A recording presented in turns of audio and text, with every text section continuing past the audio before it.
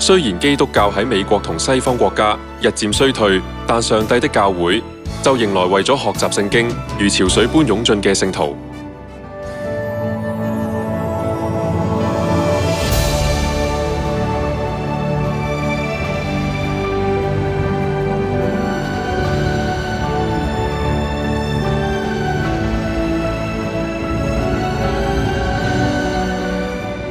從初期嘅洛杉磯教會開始，福音喺幾年內擴展到成個美國，顯示出美國社會喺上帝的教會裏面嘅聯合。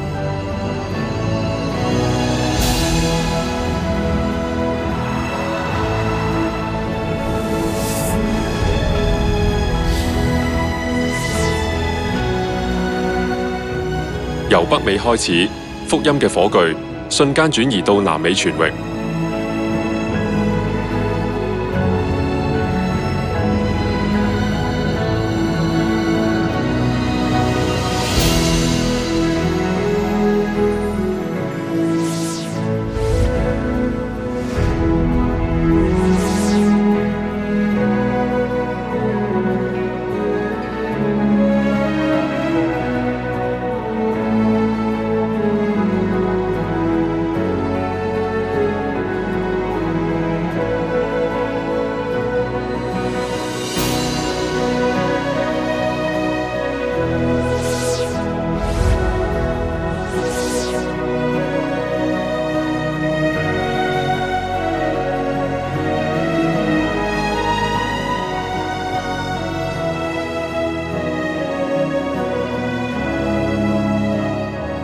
咁驚人嘅歷史同福音嘅熱情，瞬間傳遍咗亞洲各國、非洲、歐洲同大洋洲。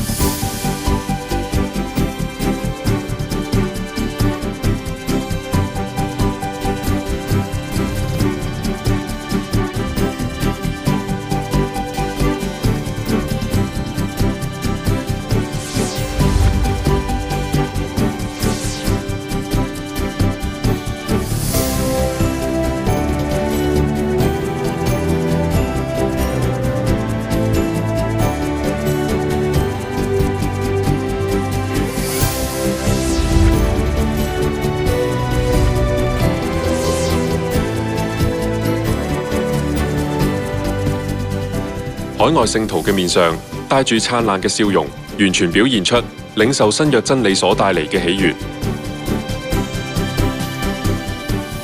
佢哋飛去韓國，以建靈嘅母親向韓國先知學習聖經，同埋參觀福音嘅聖地。